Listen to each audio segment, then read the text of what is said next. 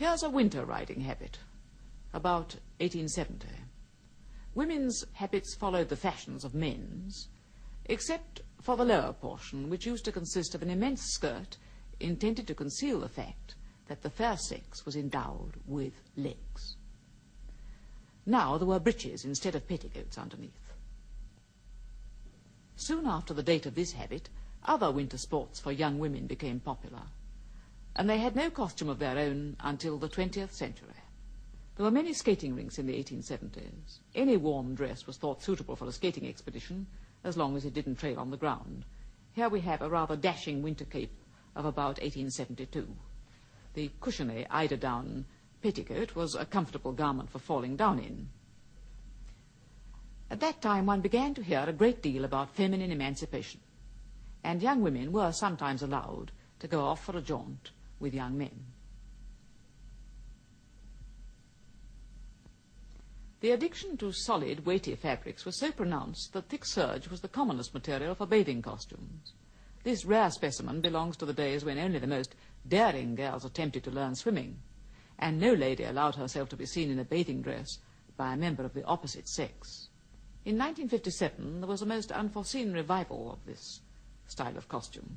It was in the 1890s that a somewhat lighter serge outfit was made.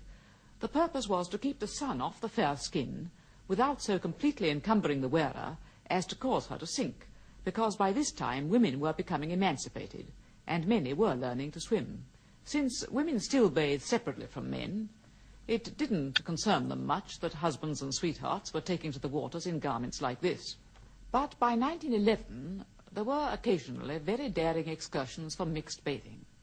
The feminine costume for swimming became more functional and more fashionable.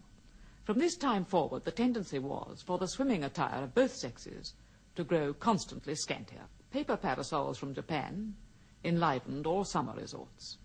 This is a sample of the everyday clothes of the same year, 1911.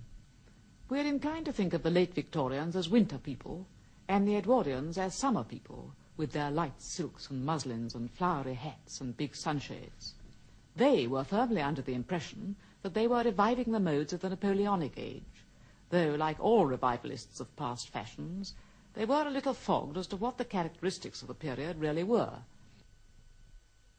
This is the authentic summer dress and hat that the Edwardians thought they were so accurately copying. What about the Empire revival in the late 1950s? Revivals are seldom to be taken literally. The Victorians paid homage to summer too, but only in their gay colours and artificial flowers. This, by the way, is the chalet where Charles Dickens used to write when he lived at Gad's Hill. It's now at Cobham Hall. Dickens, who died in 1870, must often have seen his daughters and sons wearing clothes like these. A man was permitted to appear at a picnic or a regatta in his shirt sleeves, and the straw hat was established.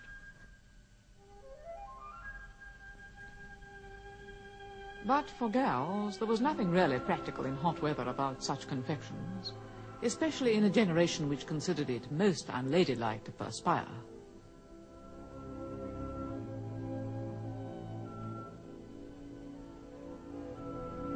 They looked deliciously cool, but there were layers of underclothing, tight waists, crinolines.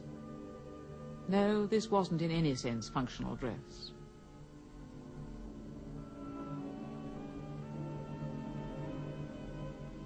How welcome this breeze must have been to girls so overdressed.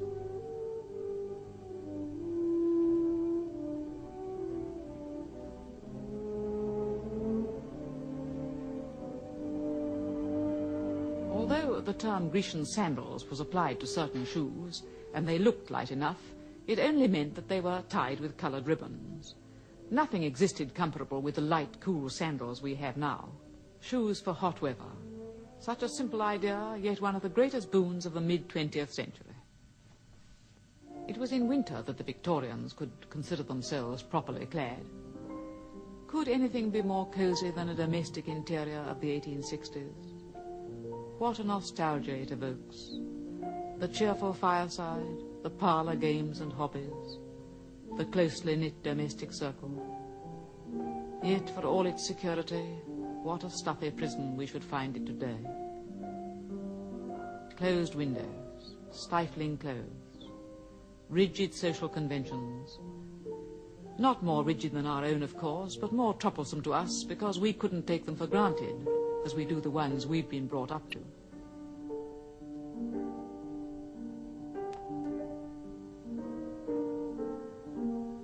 As the 19th century moved on, sheer volume ceased to be the sign of distinction in dress. Our summer frock of 1881 doesn't take up much room, but though it has a flowery design, it's still a costume which would be a trial in warm weather.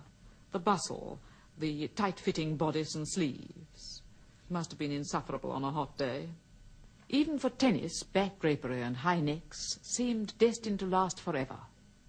This was the nearest approach to a practical summer dress in 1887. But with the new century came this, the lingerie dress of the 1900s. Still high-necked and long-sleeved, but thinner and lighter. And ultimately, though who could have foreseen it, this. The cult of the sun, no longer dreaded and shunned, but pursued from country to country, every ray lovingly hoarded up. Is it a kind of symptom of breaking forever with the spirit of the past? Have fashions which are unpractical like these no chance of appealing to us and to our children? No, whatever he may wear for working or for playing, man in his social life shows very little desire for utilitarian dress. And women even less. We may well think so, my fair lady of 1913. When we look at your dress, it's positively anti-rational, if I may say so, from your bird of paradise to your fishtail train. But can you say there was one thoroughly practical costume among all the glimpses of fashion you've given us? Barely one. Mankind and womankind have lived through hundreds of thousands of years without contriving any really sensible dress, except for modern sports and for specialized work. Sensible dress.